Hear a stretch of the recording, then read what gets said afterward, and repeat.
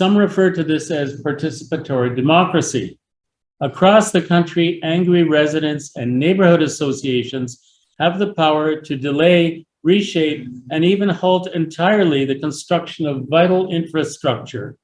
To put a fine point on it, deference to community input is a big part of why the US is suffering from an early 3.8 million home shortage and has failed to build sufficient mass transit, and why renewable energy is lacking in even the most progressive states. Who knew we were responsible for all of this? But it's a very poisonous way of viewing things. And I'm very shocked that they're reading it. So we want to take this further. But I thought this would be a good place to bring it out. We have a couple of commentary, yes. So one person here, Dana, writes, "Thank you for the presentation." And she unfortunately had to leave short for the questions.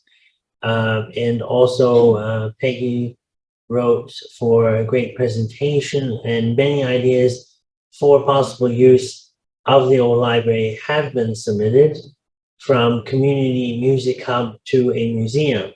And how can we put our plans forward in a public setting? So that's the other part, that many proposals have been put forward.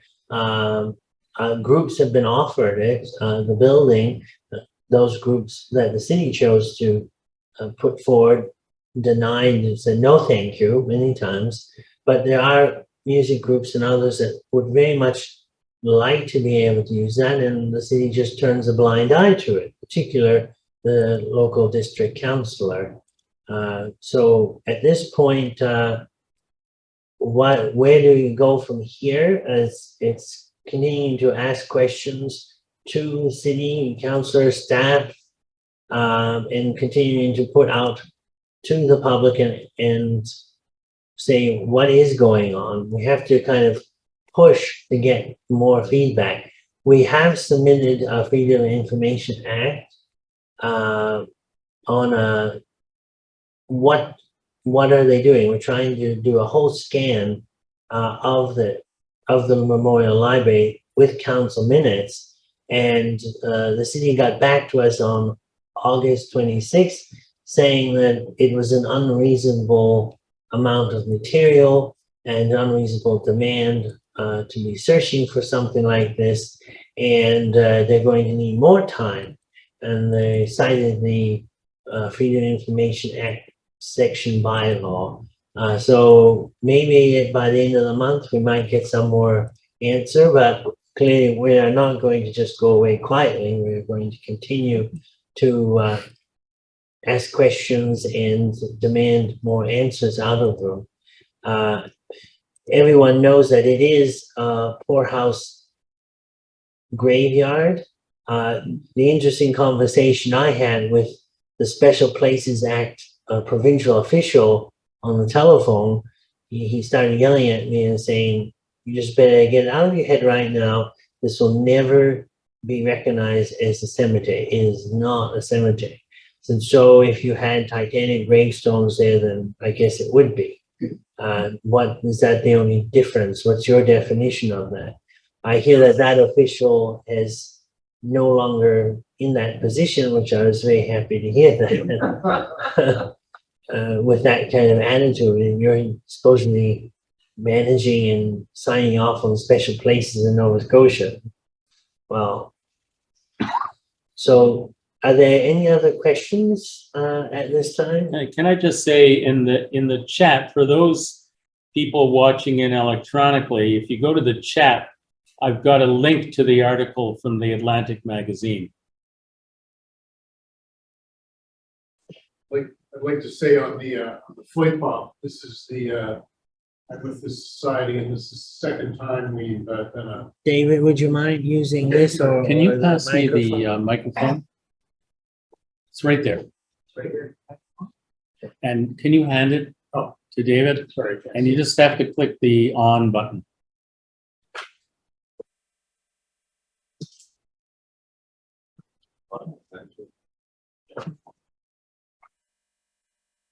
Test.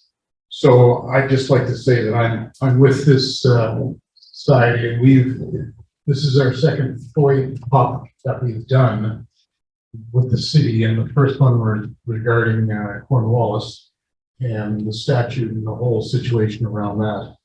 And that document and that process became very painful in dealing with the city, not only the politicians, but also the staff. And in the end, I think there's a phrase in common vernacular called blow us off, which was kind of what they did. They gave one report and then didn't finish it and said, "Nah, we'll never get back to you." And we were just left standing after putting substantial intellectual capacity and history into this document. And regardless of whether we won or lost, it was just the whole process and the way we were treated. And I really hope that you and whomever's doing the current one and us don't get treated the same way, because about 2 months ago, on a warm and toasty Tuesday afternoon or Tuesday evening, council passed one of its usual bylaws or something like that in early August or late July, saying that they had the ability to create a special relationship with any group that they wanted to grow the city. And the city and council and the mayor's office and some councilors have relationships with special interest groups. And we've never seen any of those special interest groups treated as poorly as not only we have, but the whole matter of history. And I mean, I've grown up in this city all my life, and I went to that library as a kid, and maybe some of you did as well. And another lady in the back did. And I didn't know those things, you said. And I remember trying to keep the name of Memorial Library when the Central Library was built. And the chair of the library board was vociferous and hostile. He said, "No, you may not keep the name Memorial." The councillor we're talking about wants to destroy the forts in Point Pleasant Park. They do not want to put Afghanistan on our cenotaph, which other municipalities in Nova Scotia have. So anything that deals with, and that's why I think what you said, William, was very important. It's a living memorial. It's a living cenotaph. It deals with war and the history of our country. Anything that deals with that in this city, this councillor, the mayor's office, a couple of councillors, they won't do anything. But if it's with these other special interest groups that they've done things with, anything they want, they get. The councillor, what is today? Today's Wednesday. In his tweet yesterday morning, he said that he was going to go deal with one of those special interest groups for an entire month of history. And we can't even get him to talk to us about a building. It just doesn't sound right. And I'm just going back to what Larry said. What do? We seem to be in our own city paying taxes and not even being able to get time from our elected representatives that we pay for, and that a lot who are dealing with this were on the, what was it called, the sunshine list. Yes. We pay dearly for, and we can't even get them to talk to us. So anyway, that's just a little side bump. We've been bumped around on a FOIPOP before, and well, I'll leave it at that.